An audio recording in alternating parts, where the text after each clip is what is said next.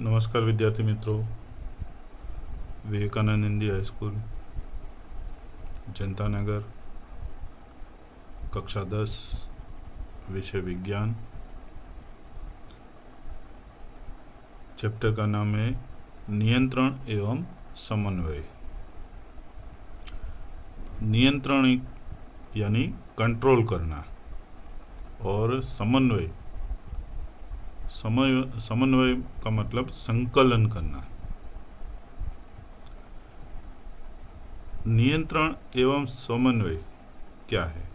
तो सभी प्राणियों के लिए नियंत्रण एवं समन्वय प्रक्रिया बहुत ही महत्वपूर्ण प्रक्रिया है, क्योंकि प्राणियों में शारीरिक क्रियाओं के लिए अलग अलग तंत्र होते हैं। ये जो बात हो रही है कोशिकीय प्राणियों की बात हो रही है। तो बड़े प्राणियों में शारीरिक क्रियाओं के लिए अलग अलग तंत्र होते हैं, जैसे कि पाचन तंत्र, अस्थि तंत्र, पेशी तंत्र, तंत्रिका तंत्र आदि तंत्र होते हैं। प्राणियों में दो प्रकार का समन्वय होता है,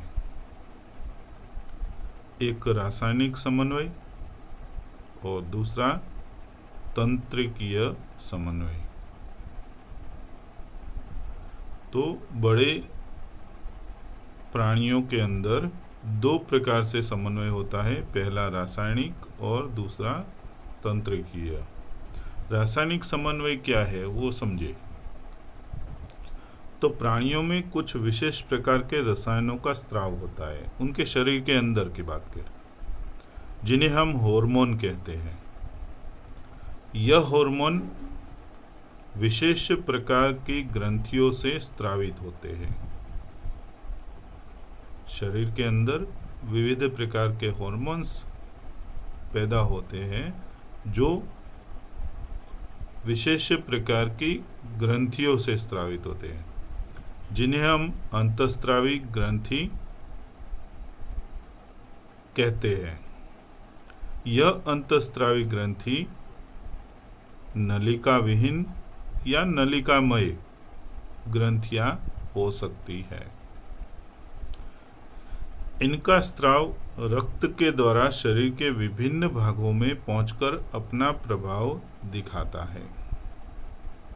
तो इन ग्रंथियों में से जो स्रावित स्राव है, ये रक्त के द्वारा शरीर में विभिन्न भागों में पहुंचता है और जहां जरूरत है वहां अपना प्रभाव दिखाता है, जैसे कि वृद्धि, विकास, लैंगिक परिपक्वता आदि। जो अंतःस्राव है हार्मोन से, वो अपनी जगह पे जाके वो कार्य करता है। दूसरा है तंत्रिकीय समन्वय। नियंत्रण एवं समन्वय का कार्य एक विशेष तंत्र के द्वारा किया जाता है, जिसे हम तंत्रिका तंत्र कहते हैं। इस तंत्रिकाओं के द्वारा संदेश यानी मैसेज शरीर के एक भाग से दूसरे भाग तक पहुंचते हैं। तंत्र के मुख्य 3 भाग है। तंत्रिका तंत्र के मुख्य 3 भाग है। उसमें तंत्रिका कोशिका। तो तंत्रिका कोशिका कैसी होती है? तो हम तंत्रिका कोशिका की आकृति देखें।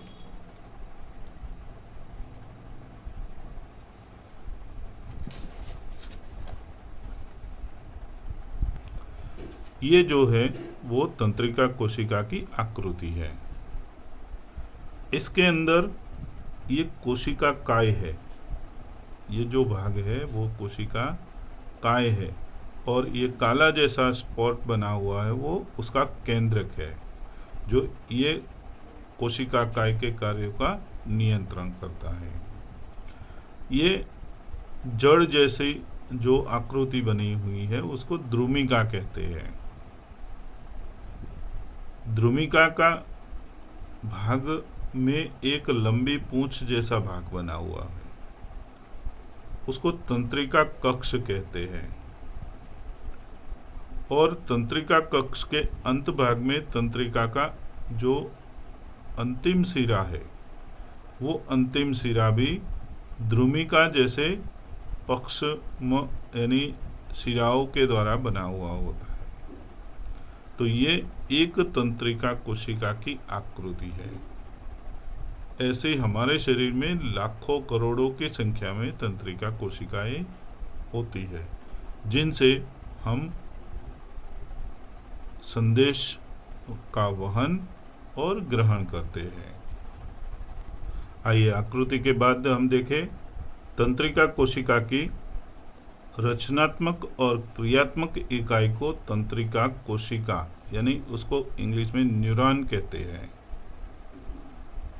न्यूरॉन के मुख्य 3 भाग होते हैं। आकृति में हमने देखा एक कोशिका काय जो कोश केंद्र और कोशिका काय का भाग था वो, दूसरा द्रुमिका जिसको हम शिखा तंतु यानी वो जड़ जैसे आकृति बनी हुई थी वो शिखा तंतु यानी द्रुमिका कहते हैं, और तीसरा है अक्ष तंतु जो बड़ी पूंछ वाला जैसा भाग था वो उसको अक्ष तंतु कहते हैं।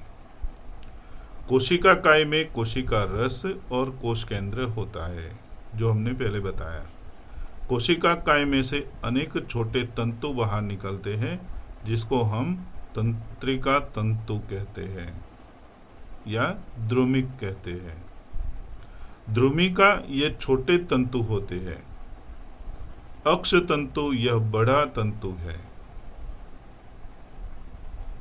अब ये कार्य कैसे करता है ये देखें तो सूचनाओं का आवेग द्रुमिका से कोशिका काय और अक्ष तंतु में से होता हुआ सिनेप्स तक पहुंचता है। सिनेप्स क्या है वो आगे समझते हैं। फिर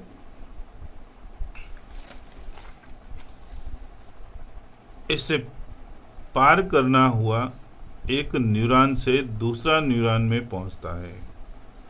पार करता हुआ एक न्यूरॉन से दूसरे न्यूरॉन तक पहुंचता है और अंत में मेरु रज्जु तक पहुंचता है। तो यहाँ पे जो हमने आकृति देखी थी वो न्यूरॉन की आकृति में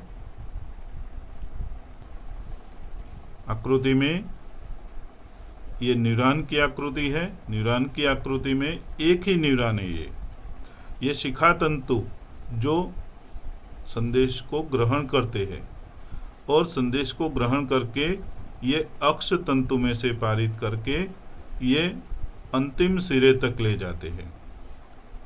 अब यहाँ पे दूसरा ऐसा कोशिका काय यहाँ पे होता है और इन दोनों के बीच की जगह को हम सिनेप्स कहते हैं। यहाँ पे दूसरा न्यूरॉन आ जाता है जिसका कोशिका काय यहाँ होता है और इनके बीच जो जगह होती है उसको सिनेप्स कहते हैं। ये शिखा तंतु ये बीच की जगह में से संदेशा को ग्रहण करते हैं और ये उन अक्ष तंतु के द्वारा संदेश को आगे बढ़ाते हैं और ये मज्जा सेतु तक उस संदेश को पहुंचाते हैं। अंत में मेरु रज्जु तक पहुंचाते हैं। इस प्रकार संवेदनाएं अंगों तक पहुंचती है। प्रतिवर्ती क्रिया। प्रतिवर्ती क्रिया क्या है? तो हमारे शरीर में कुछ क्रियाएं ऐसी होती है जो मस्तिष्क के आदेश के बिना ही हो जाती है। मस्तिष्क में मैसेज पहुंचे, मस्तिष्क उसका खंडन करे, खंडन करके उसको आदेश करे और फिर वो आदेश का पालन शरीर के अंग करे तो समय लग जाता है।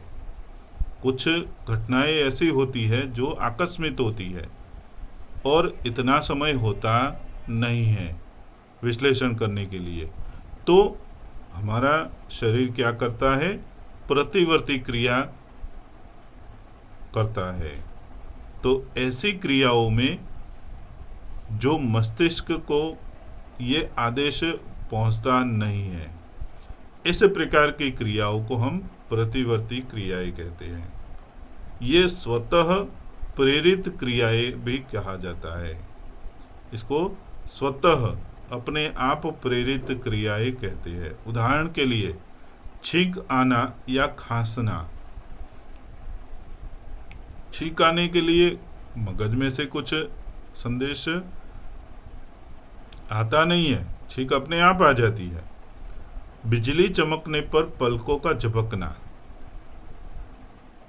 मिठाई देखकर मुंह में पानी आना, सुई चुभने पर तुरंत अंग को हटा लेना। कांटा चुभता है तो कांटा पैर से वो पैर अपने आप ऊपर ले लेते हैं। ज्वाला से जलन पर तुरंत हाथ पीछे हटा लेना। कहीं हम जलते हैं या हाथ अपना छू लेते हैं और गर्म वस्तु को छूता है तो तुरंत अपने मगज को यह संदेश पहुंचे उसके पहले हाथ पीछे ले लेते हैं।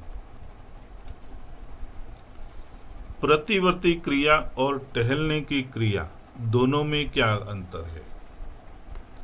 प्रतिवर्ती क्रिया और टहलने की क्रिया दोनों में अंतर क्या है? तो प्रतिवर्ती क्रिया अभी हमने समझा कि ये मेरु रज्जु के द्वारा नियंत्रित होती है, मगज तक उसके मैसेज पहुंचता नहीं है। कहाँ से वापस आती है? मेरु रज्जु से। यह अनैच्छिक क्रिया है। ये कैसी क्रिया है? अनैच्छिक, अपनी इच्छा के अनुसार नहीं होती। छींक आती है तो हम रोक नहीं पाते, पलकों को झपकाना हम रोक नहीं पाते हैं। मिठाई देखकर मुंह में पानी आ जाता है तो मुंह में पानी आता है, वो रोक पाते नहीं है। यह क्रिया तेजी से होती है, तुरंत हो जाती है। इसके द्वारा संवेदनाएं मस्तिष्क तक पहुंचने से पहले ही प्रति उत्तर मिल जाता है।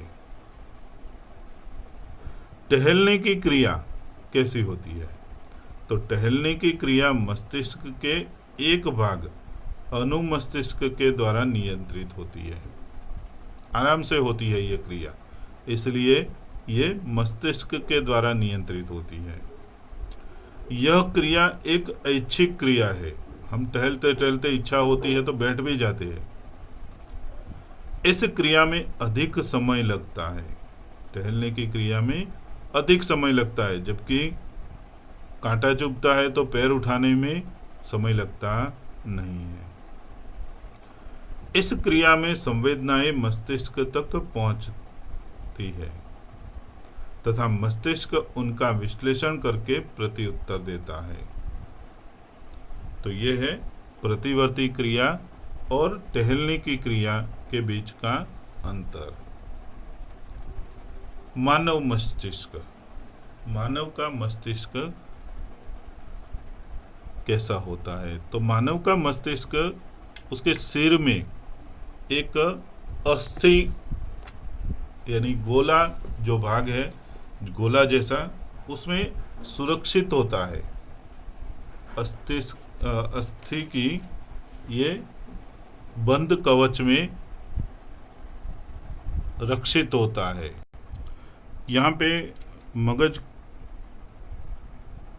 यानी मनुष्य का मस्तिष्क की आकृति बनी हुई है। उसमें मानव मस्तिष्क के मुख्य 3 भाग है। पहला अग्र मस्तिष्क, मध्य मस्तिष्क और पश्चिम मस्तिष्क।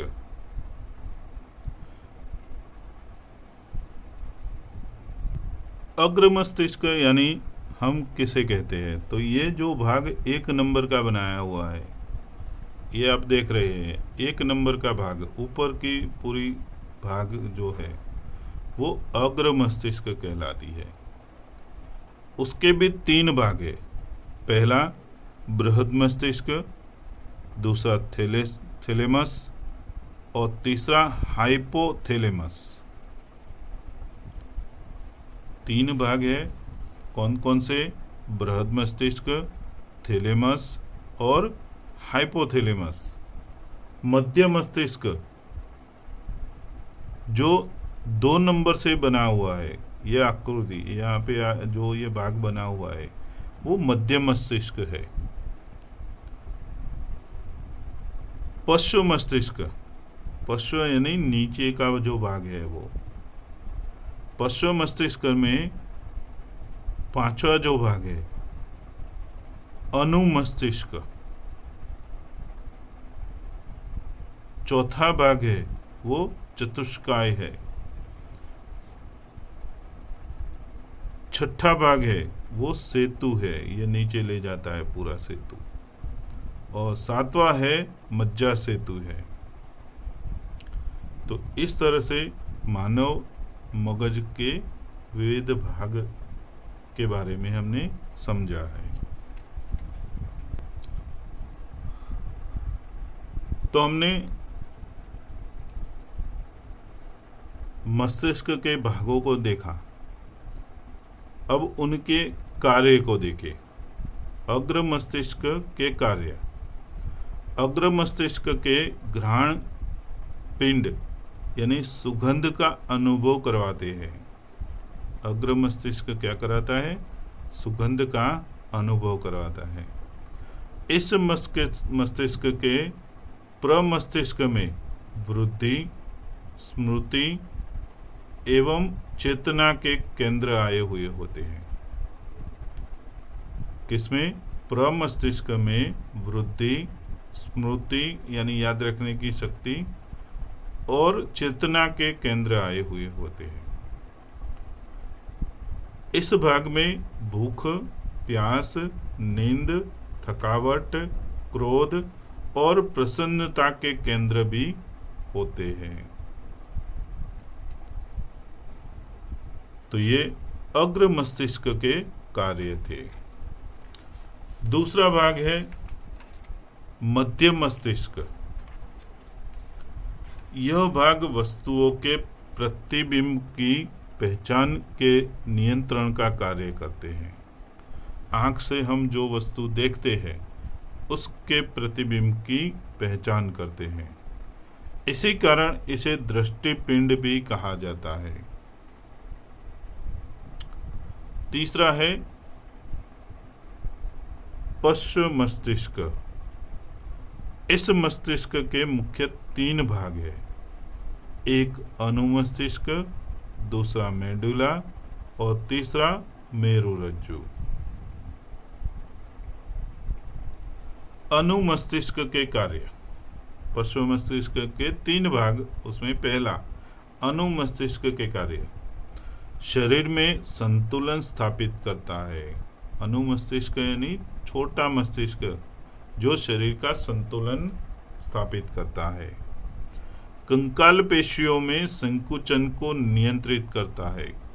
जो हमारे शरीर के अंदर हड्डियां है उसमें और पेशियां है, हड्डियों से जुड़ी हुई पेशियां है, उसमें संकुचन और आंकोचन को नियंत्रित करता है, जिससे हमारे शरीर के जो भाग है वो मुड़ते हैं या सिकुड़ते हैं।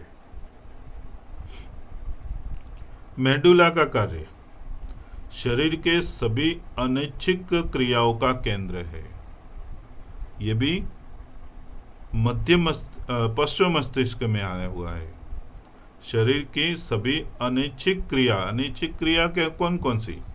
तो हमारे हृदय की धड़कन, हमारे श्वास की क्रिया, रक्त संचार की क्रिया, पाचन तंत्र की क्रियाएं आदि जो हमारे आदेश के बिना चलती है, सदंतर चलती रहती है, ऐसी क्रियाओं को हम अनैच्छिक क्रियाएं कहते हैं। और इनका केंद्र कहाँ होता है? मेडुला में। मेरुरज्जु यह प्रतिवर्ती क्रियाओं का मुख्य केंद्र है।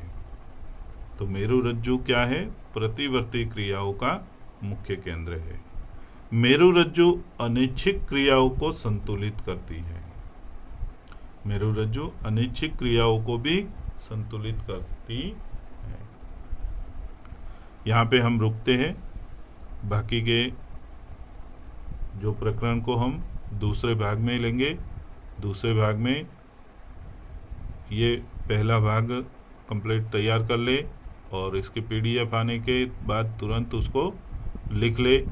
तंत्रिका कोशिका और मानव मस्तिष्क के भाग के आकृति आप लोगों को किताब में से देख के बनानी है।